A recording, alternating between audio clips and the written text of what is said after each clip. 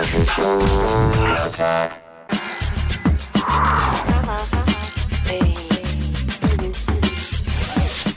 is Anna David. She's written for magazines like Details, Stuff, UK Esquire, Playboy, everything. She's actually posed for Playboy a couple times. Want to go ahead and Google that? We just talked about. Nude.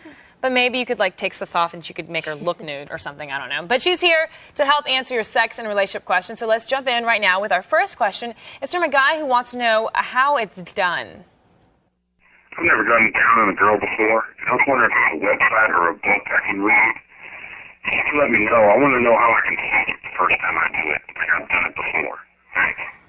That was a little hard to understand. A little indecipherable, but I got the gist. But he wants to basically know how to go down on a girl, how to do it well. There are books on it. Betty Dodson wrote a very famous book about it. Dr. Ava wrote a book about it. Remember in American Pie where he followed his brother's instructions? I don't think you should do what they do in American Pie. No. But anyway. But some woman can tell you? Some woman can absolutely tell you. I'm a woman, I'm about to tell you too.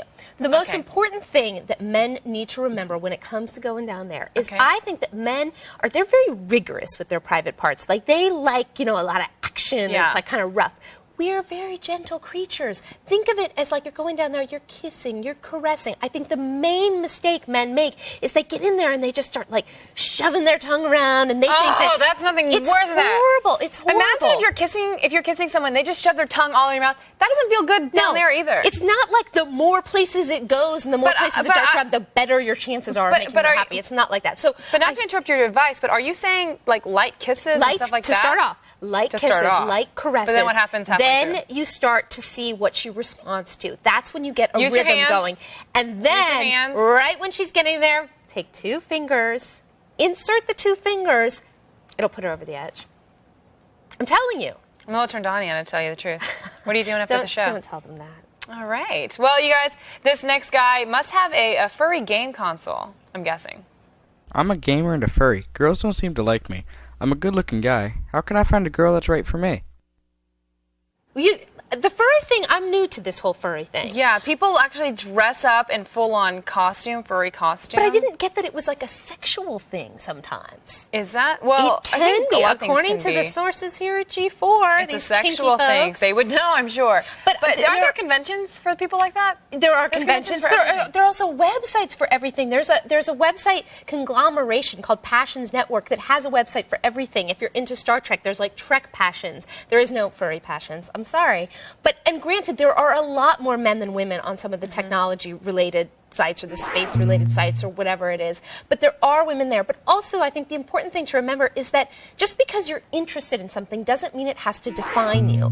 I'm really interested in writing, but I don't say I can only date people who are writers. I think you find a girl, maybe go to one of those websites that there's another interest in, because you have to find a girl who's probably more open to that. And if you're a gamer especially, you want to, and you're a really hardcore gamer, because not all gamers want to date girls who are love them for being a gamer, but you go to these websites and you find a girl, and then hold on to the furry idea for a little bit, and maybe 6 months into it, make her fall in love with you, and then we bring up the furry thing, and then write us the question then, once you've got her. Because I think once I'm in love with someone, and they brought out the furry outfit, I'd be a little taken back, but I'd be like, well, I love you, I'm already in. All right, bust it out. What do you want me to do?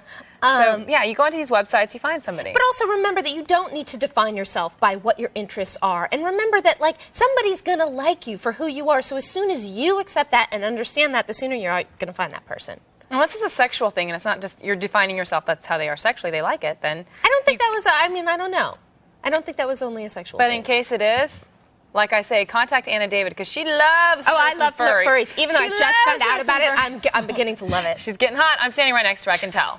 You guys, you can get all of Anna's extended answers to the questions you just heard on our website at g4tv.com/AOTS. And to find out more about Anna's furry love, go to annadavid.com. Attack of the Show, weeknights at 7, only on G4.